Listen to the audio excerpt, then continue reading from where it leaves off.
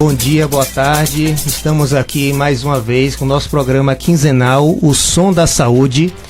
Oferecimento da Clínica Marcionila, né? Nosso Instagram, @clínica_Marcionila. Telefone 879-9102-9516, a sua clínica de ultrassonografia especializada. Pois é, eu sou Rafael Valois. E eu sou Natália Marcionila. E hoje vamos ter uma participação especial. Nossa primeira participação de uma pessoa bem querida, que a gente quer aproveitar para aprender um pouquinho, que é a doutora Ada Benevides. Isso aí, doutora Ada, ela é graduada em Direito pela Faculdade de Ciências Sociais e Aplicadas de Petrolina, Pernambuco, advogada inscrita na OAB Pernambuco em 2010, pós-graduada em Direito Civil e Direito Processual Civil, pós-graduada em Advocacia Extrajudicial, pós-graduada em Direito Médico, Odontológico e da Saúde, presidente da Comissão de Direito Médico e da Saúde da OAB Petrolina, conselheira do OAB, subseção de Petrolina e seccional Pernambuco, membra julgadora do Tribunal de Ética e Disciplina da OAB seccional Pernambuco e uma advogada super atuante no direito médico. Ada, seja muito bem-vinda ao nosso programa. É um prazer estar aqui com vocês, muito grata e lisonjeada pelo convite, né, dos profissionais renomadíssimos nas suas atuações técnicas e também na sua contribuição social. Então, para mim é uma honra, um prazer muito gratificante estar aqui com vocês, dividir esse espaço para levar um pouquinho de conhecimento para a nossa população. Ada, muito obrigada a você por ter tirado esse tempo para estar aqui com a gente, porque realmente a gente quer, né, nosso objetivo com esse programa é informação, é a gente poder trocar e aprender e divulgar algumas informações que podem ajudar as pessoas na sua vida em relação ao cuidado da sua saúde. A gente aproveitou o gancho que veio Outubro Rosa, que falou muito sobre o câncer de mama, veio agora o Novembro Azul, que chamou muito a atenção para o câncer de próstata, né, para a saúde do homem. Então a gente começou a pensar, poxa, tem coisas que nem nós médicos, que não somos das áreas de oncologia, né, que não lidamos com esses pacientes, às vezes a gente também não sabe.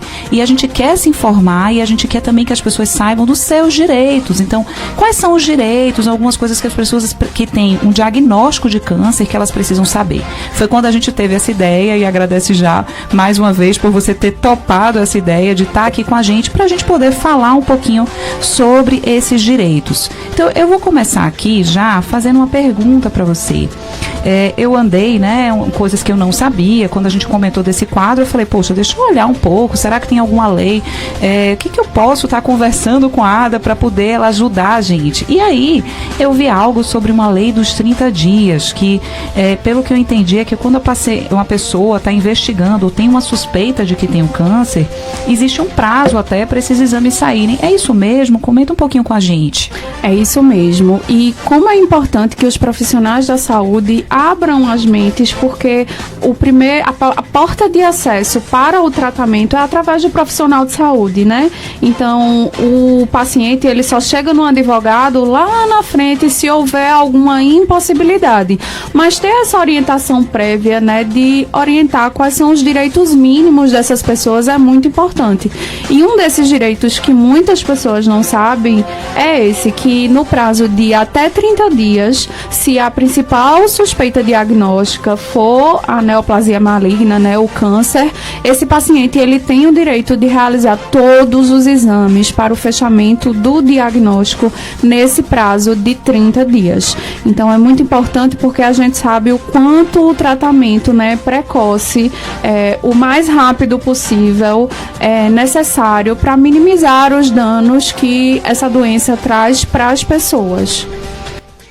Ótimo, Ada. Eu queria até incluir assim, um comentário, até uma dúvida também. Seria para qualquer tipo de diagnóstico, para qualquer tipo de suspeita de câncer ou aquela nodulação que a gente tem uma confirmação pela imagem que é algo que suscita mais a malignidade. E já emendando a pergunta em relação aos dias, em caso de ele fez esse processo, pegou os 30 dias com os exames estabelecidos pela medicina, né, como manda os guidelines, e se em caso confirmado de câncer, existe um prazo máximo que essa lei determina para começar esse tratamento?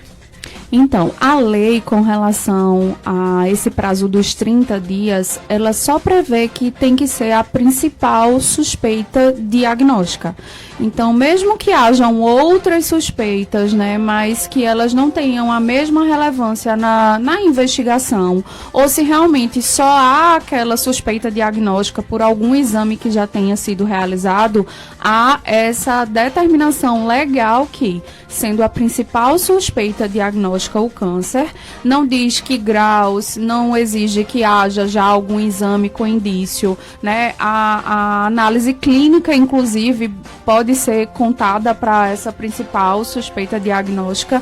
Então, o médico é que vai determinar, né, no seu relatório se existem outras suspeitas diagnósticas e se essa é a principal suspeita diagnóstica ou não. E aí a gente já entra o gancho da lei dos 60 dias, né? Então, confirmado o diagnóstico, né, no Sistema Único de Saúde, o paciente tem o direito de iniciar o tratamento em até 60 dias desse diagnóstico. Mas existem casos que até esses 60 dias é um prazo muito extenso. A depender da condição daquele paciente, do que realmente tiver, né, na condição de saúde dele, 60 dias pode ser demais. Sim. Então, não é que essa pessoa vai ficar esses 60 dias sem tratamento. O médico é que tem a autonomia de determinar, né, qual é o prazo que esse tratamento deve ser iniciado.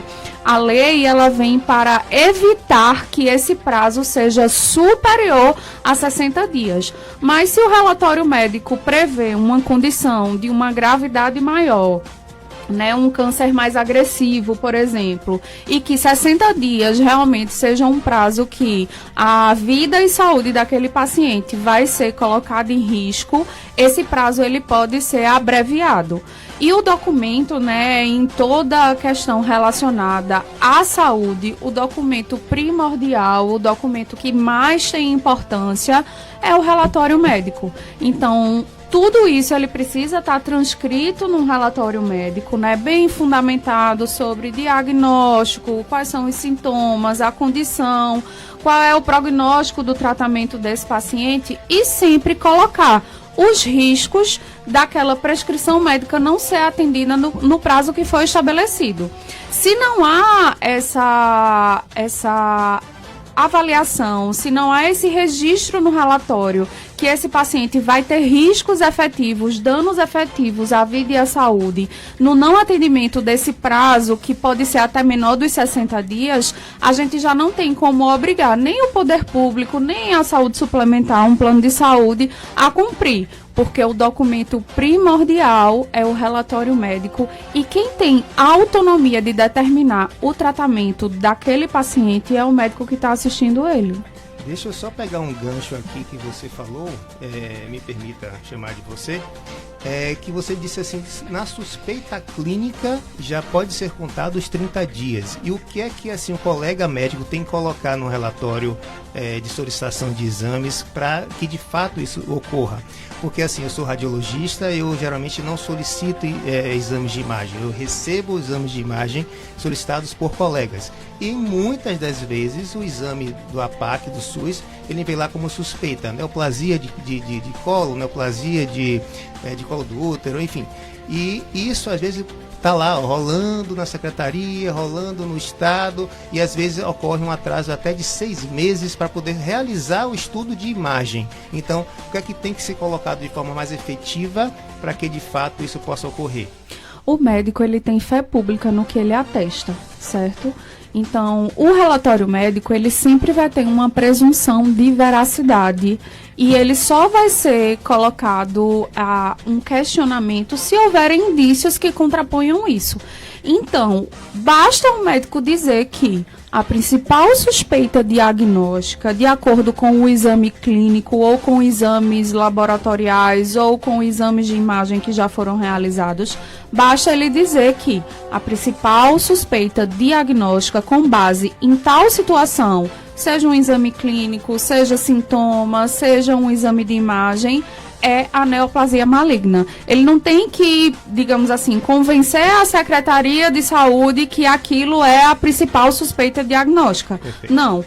O que os médicos atestam no relatório médico, ele tem a presunção de veracidade. Então, basta que justifique que é a principal suspeita diagnóstica para que já seja considerado um enquadramento nessas duas legislações. Fantástico. Perfeito. E, Ada, e caso esses prazos, né, não estejam sendo cumpridos? Então, o paciente, ele deu entrada para fazer os exames, provavelmente o médico já conversou com ele, porque às vezes as pessoas ficam com medo, dizem assim, o médico está me escondendo alguma coisa. Não, isso não é feito, né?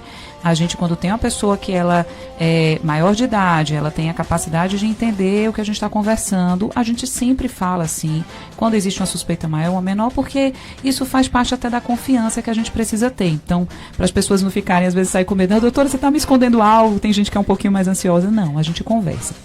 Então, o médico conversou, falou, olha, aqui me preocupa um pouco mais, eu tenho alguma coisa suspeita, por exemplo. Aí a pessoa der entrada e observar que os prazos dos exames, da entrega, está ultrapassando esses 30 dias que a lei garante. Ou mesmo que já tem o diagnóstico, foi encaminhado para fazer o tratamento. Existem alguns tratamentos que precisam ser feitos em outros estados, por exemplo. O que o paciente deve fazer? Como é que ele faz? Ele procura direto um advogado? Qual é o caminho que o paciente pode fazer nesse caso? Olha, eu sou advogada, mas eu sou adepta da menor judicialização possível. Então, eu sempre oriento as pessoas que elas precisam primeiro conhecer sobre o que elas estão buscando ter acesso. A partir do momento que eu sei que eu tenho direito a, em 30 dias, ter os meus exames realizados e, por algum motivo, né, eu deixei a guia na Secretaria de Saúde, aquilo não foi autorizado, não foi encaminhado, esse órgão, ele tem sempre uma ouvidoria, um setor de reclamação. E esse passo a passo, essas dicas, essas orientações, elas não excluem uma ou outra que eu vou dizer agora, mas reclamar na ouvidoria, né, do órgão de saúde responsável pela sua autorização é um grande ponto.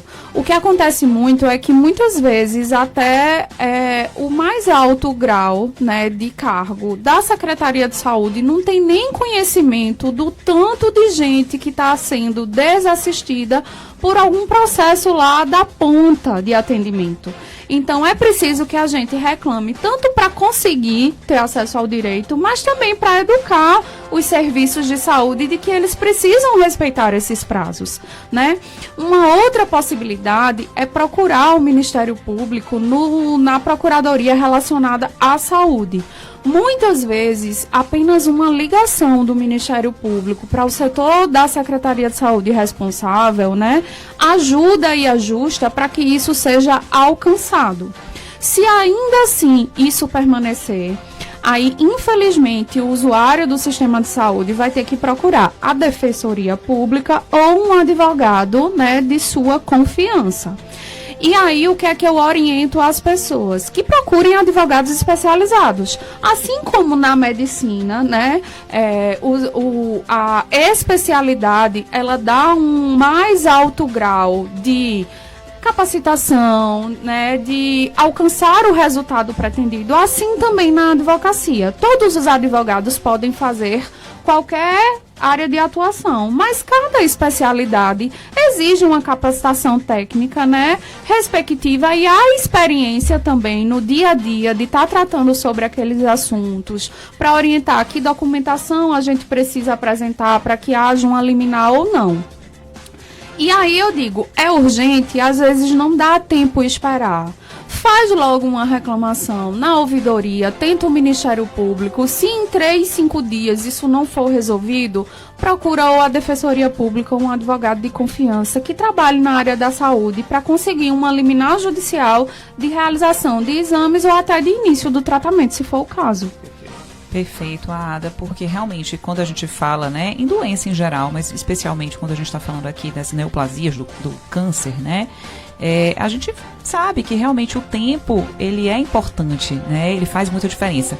Antes as pessoas tinham muito a visão que quando a gente falava câncer era sinônimo de que não vai mais viver, que já deu tudo errado. E hoje não. Hoje a gente vê uma resposta muito boa aos tratamentos, né? Evolução muito grande nos cânceres de diversas partes do corpo, que eu estou falando de forma geral. E muitas vezes isso se dá ao diagnóstico precoce. Por isso que a gente debate tanto o diagnóstico precoce, fala tanto da parte de exames de imagem na nossa área, mas até do que isso, os sintomas, a consulta e essa rotina. Então isso é algo que eu acho que... Os exames de rastreio, os exames você individualizar cada atendimento, né? Para entender melhor essa dinâmica do paciente. E uma preocupação que a gente tem também sempre, né, quando fala de saúde, na verdade, no geral, é a questão até emocional, porque isso tem até trabalhos que mostram como a questão emocional, ela está associada à resposta ao tratamento. Então, quando eu acho que é uma pessoa que tem aquele diagnóstico de câncer, fora os medos, o medo do tratamento, o medo do que vai acontecer lá pela frente, tem a questão de medos da sua vida, sua rotina está parando, de repente você tem uma vida super ativa, acontece algo, você vai ter que parar, vem a questão financeira, que muitas vezes limita ali também a pessoa, fala, poxa, eu não posso parar, né? Então, as vidas, elas têm essas realidades diferentes. E aí, olhando, eu vi que tem alguns direitos, inclusive, né, que são favoráveis para os pacientes com esse diagnóstico. Parece que o FGTS, é isso, Ada? Mesmo os pacientes têm direito a sacar antes? Como é que é isso? Toda pessoa que tem uma doença grave e nela está incluído o câncer, né, tem o direito de ficar efetuando os saques de FGTS ao ponto que eles estejam sendo recolhidos. Então, se você tem um diagnóstico, vai precisar preencher uma documentação específica que está lá no site do FGTS.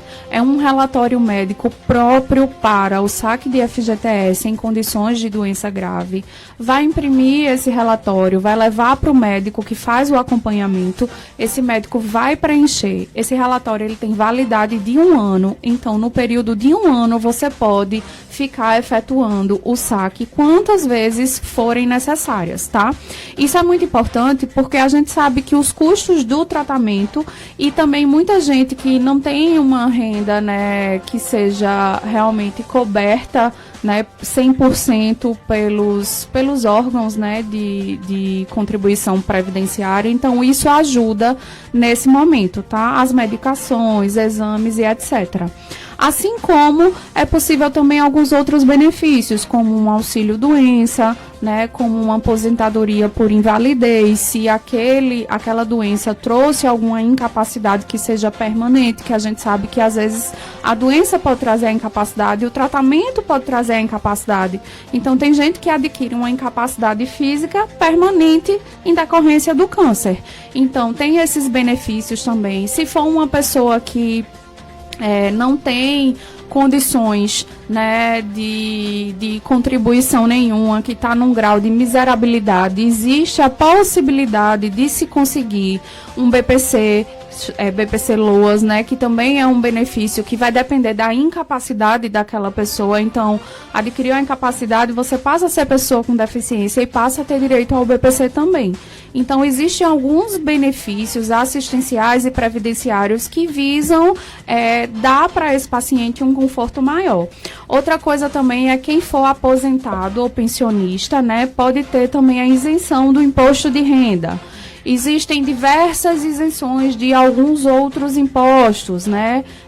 Como, por exemplo, o IPI, ICMS, o IPVA. Então, todas essas situações, elas vão poder ser analisadas, né? São muitas possibilidades, tem alguns requisitos no caso concreto que precisam ser enxergados e sempre um advogado especialista vai conseguir analisar caso a caso, porque todo caso, assim como na saúde, no direito também tem sua particularidade.